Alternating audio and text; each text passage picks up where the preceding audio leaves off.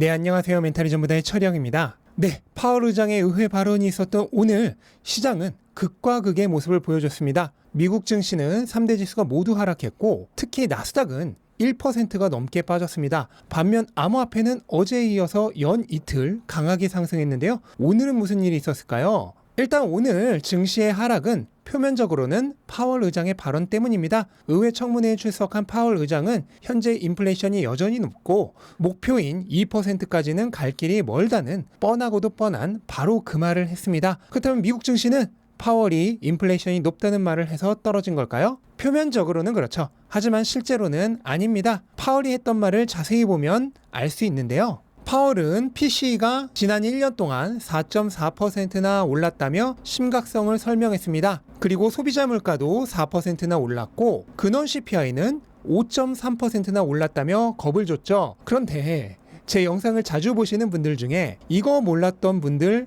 계신가요? 모를 리가 없죠. 맨날 운명의 날이니 어쩌니 하면서 어그로 엄청 끌었던 얘기인데 당연히 다들 아시는 얘기일 겁니다. 그 다음 연준 의원들이 연말까지 금리를 더 올리는 게 적절하다고 했고 총 2번 더 금리가 오를 수도 있다고 했는데 이거는 색다른 내용인가요?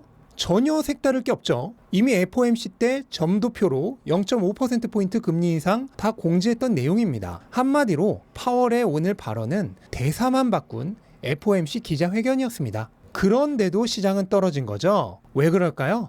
올해 투자를 해보신 분들은 이미 이 이유를 다 아실 겁니다. 시장은 그저 떨어지는 핑곗거리가 필요했던 겁니다. 안 그래도 최근 급등세에 차익 실현이 마려운 상태였죠. 눈을 벌겋게 뜨고 차익 실현하게 만들어줄 핑곗거리를 찾고 있었는데 거기에 파월이 안성맞춤의 핑곗거리를 던져준 것입니다. 원래 시장이란 게 이렇게 비이성적입니다. 단기적 가격 변동이 어떠한 의미도 가지지 못하는 이유죠.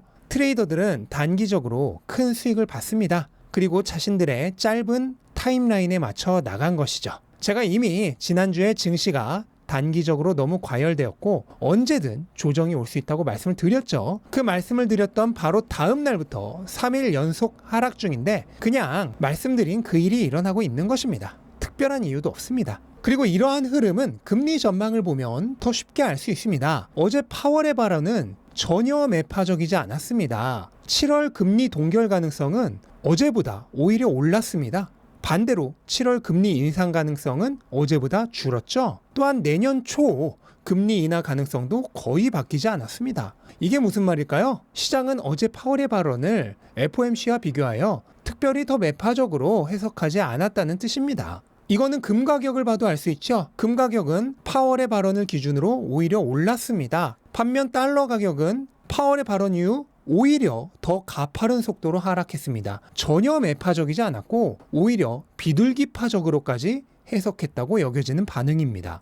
또한 암호화폐도 파월의 발언에도 아랑곳 없이 급등을 지속해서 비트코인의 경우 결국 3만 달러까지 돌파했습니다. 여러 차례 말씀드렸듯 암호화폐는 증시보다 금리의 영향을 더 많이 받는 자산입니다. 달러 가치와 완전히 역행하여 움직이고 있다는 것도 설명드렸죠. 대깔꼬마니처럼 서로 반대로 움직입니다. 그런 암호화폐가 파월 발언과 아무 상관없이 초강세였던 겁니다. 이 모든 건 무엇을 의미할까요? 파월의 발언은 시장에 전혀 나쁠 게 없었고 단지 차익 실현거리가 필요했던 증시가 파월을 핑계로 차익 실현하며 조정에 들어갔다고 보시면 된다는 뜻입니다. 그렇다면 이 조정은 얼마나 갈까요? 당연히 맞출 수 있는 사람은 아무도 없습니다. 단기적 가격 변동은 어차피 예측이 어렵습니다. 그동안 모멘텀이 강했던 만큼 금방 정리하고 다시 말아 올릴 수도 있고 아니면 비트코인처럼 수개월 동안 박스권에 머물며 기간 조정을 거칠 수도 있습니다.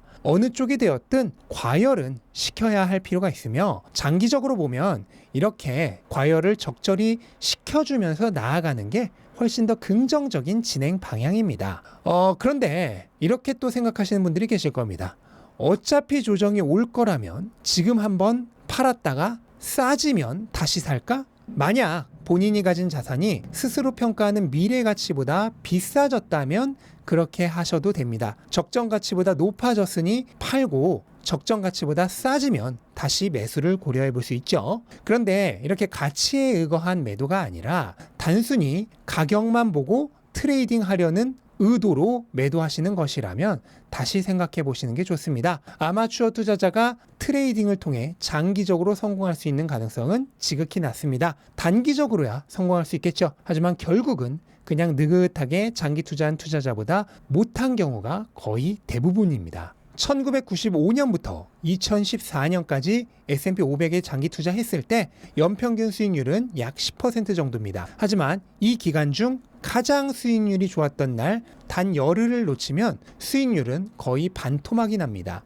20일을 놓치면 세토막이 납니다. 한 달을 놓치면 연평균 수익률은 거의 은행 이자 수준으로 떨어집니다. 20년 중에 겨우 한 달입니다. 딱 한 달만 놓쳐도 수익률이 은행 이자가 되어버립니다. 이것은 기간을 다르게 봐도 마찬가지입니다. 2000년부터 2019년까지 마찬가지로 열흘만 놓쳐도 수익률은 반토막이고 한 달을 놓치면 이 경우에는 마이너스입니다. 중간에 닷컴 버블과 금융위기라는 대위기가 두 번이나 있어서였겠죠? 그렇다면 길게 보면 다를까요? 전혀 다르지 않습니다. 1980년부터 2020년까지 40년으로 봐도 수익률이 줄어드는 비율은 앞에서 봤던 것과 크게 차이가 나지 않음을 알 수 있습니다. 비트코인의 경우 더 심합니다. 2014년부터 2022년 1월까지 약 8년 동안 가장 좋았던 날 딱 일주일만 놓쳐도 수익률은 거의 네토막이 납니다. 그리고 4주를 놓치면 무려 60분의 1이 됩니다.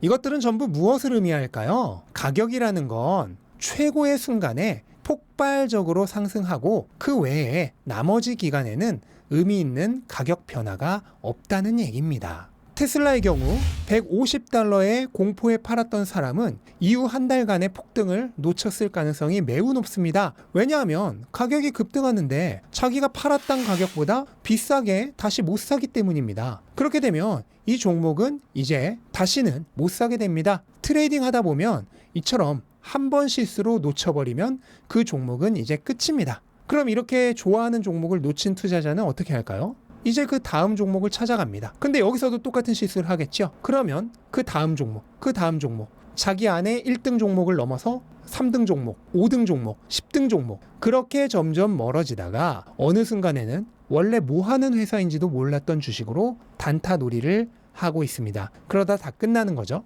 여러분들의 앞에 주식시장에 들어왔다 사라진 셀 수 없이 많은 개미 투자 선배들의 모습입니다. 여러분은 그렇게 되지 않으셨으면 좋겠습니다. 단기적으로 조정이 오더라도 당연한 흐름이고 리듬이라고 생각하며 무시하시기 바랍니다. 여러분이 깊게 고민해야 할 것은 단순한 투자자들의 변덕에 의해 움직이는 가격의 변동성이 아니라 현재 이 가격이 이 자산의 미래 가치보다 더 높은지 낮은지입니다. 더 낮다면 계속 보유하면 되고 더 높다면 팔면 됩니다. 또는 현재 가격이 더 낮다 하더라도 안전마진이 훨씬 더 많아 투자의 기회가 더 큰 매력적인 자산을 발견한다면 그 자산으로 옮겨가면 됩니다. 이 얘기는 전부 저의 책 돈의 규칙에 적혀 있는 내용들이죠. 네, 그리고 비트코인이 단 4거래일 만에 거의 20% 급등하며 결국 3만 달러까지 뚫었습니다. 장중에는 거의 직전 고점까지 갔었는데요. 비트코인이 이렇게 강세를 보이는 이유는 표면적으로는 어제 말씀드렸던 기관의 대규모 참여 모멘텀 덕분입니다. 블랙록에 이어 피델리티, 찰스 슈왑 등 대형 기관들이 차례차례 암호화폐 시장에 들어오고 있습니다. 특히 기관 투자자들이 증권거래소처럼 암호화폐를 거래할 수 있는 EDX 마켓의 오픈은 역시나 매우 큰 호재입니다. 현물 ETF만큼 거래 접근성이 쉬워지는 것은 아니지만 어쨌든 기관이 암호화폐에 투자하기 매우 어려운 현재 시점에서는 훌륭한 대안이 되기 때문입니다. 또한 SEC의 규제 움직임도 단기적으론 악재처럼 작용했지만 장기적으론 오히려 호재가 될 것입니다. 규제를 명확히 하려면 관련된 규정이 정확하게 세워지고 법안이 만들어져야 합니다. 그리고 SEC의 규제 움직임에 맞춰서 이런 움직임도 가속화가 되고 있습니다. 그러니까 SEC의 최근 행보가 암호화폐 산업의 정규화를 더욱 빠르게 만들어주는 촉진제의 역할을 하고 있다는 얘기입니다. 도로가 만들어지고 교통법규가 세워진 이후에야 자동차가 제대로 달릴 수 있게 되었듯 명확한 규정과 법안이 세워지고 나면 암호화폐 산업도 제도권에 편입되며 제대로 된 산업으로서의 지위를 확보하고 확장세를 더욱 크게 키워나갈 수 있게 될 것입니다. 특히 그 중에서도 비트코인이 가장 큰 수혜를 받게 될 텐데요. 왜냐하면 규제의 틀 안에서 가장 먼저 자리를 잡는 자산은 비트코인이 될 텐데, 그렇게 되면 그동안 우후죽순 난립했던 각종 비규제 코인들이 모두 인기를 잃고 정규 자산으로 편입된 비트코인으로 모든 매수세가 몰릴 것이기 때문입니다. 실제로 비트코인의 점유율이 수년 만에 처음으로 다시 50% 이상으로 올라왔습니다. 그리고 이것은 앞으로 펼쳐질 흐름을 암시해주는 전조에 불과합니다. 제도화가 진행될수록 암호화폐 시장 내의 구매 에너지가 더욱더 비트코인으로 집중되며 비트코인의 가격이 치솟을 가능성이 높아지고 있습니다. 비트코인의 가격이 급등하기 전인 지난주부터 앞으로의 투자는 반드시 증권과 상품을 함께 가져가야 한다고 계속해서 말씀드려 왔습니다. 아마 많은 분들이 흘려 들으셨겠지만 이제는 이유를 좀 이해하셨을 겁니다. 그리고 지금도 흘려 들으시는 분들이 계실 텐데 딱 2년 정도만 지나도 정말 크게 후회하실 수 있습니다. 저는 지금 매우 중요한 의견을 말씀드리고 있는 것입니다. 앞으로의 시장은 증권과 상품을 함께 투자하여야 가장 안정적이고 수익성 높은 투자를 해나갈 수 있습니다. 부디 이번에는 흘려듣지 않으셨으면 좋겠습니다. 네, 이렇게 오늘 시장을 정리해봤고요. 파월 의장은 내일도 상원에서 발언을 하는데 아마 오늘 했던 말과 크게 다를 바 없는 얘기를 할 테니 별 의미는 두지 않으셔도 될 것 같습니다. 물론 시장은 또 거기에 반응할 수 있겠지만 우리는 함께 동요할 필요가 전혀 없겠죠. 평상심을 유지하시면 되겠습니다. 네, 이것으로 오늘 영상 마치겠습니다. 영상 도움되셨다면 구독과 좋아요 부탁드리고 즐거운 하루 되시기 바랍니다. 감사합니다.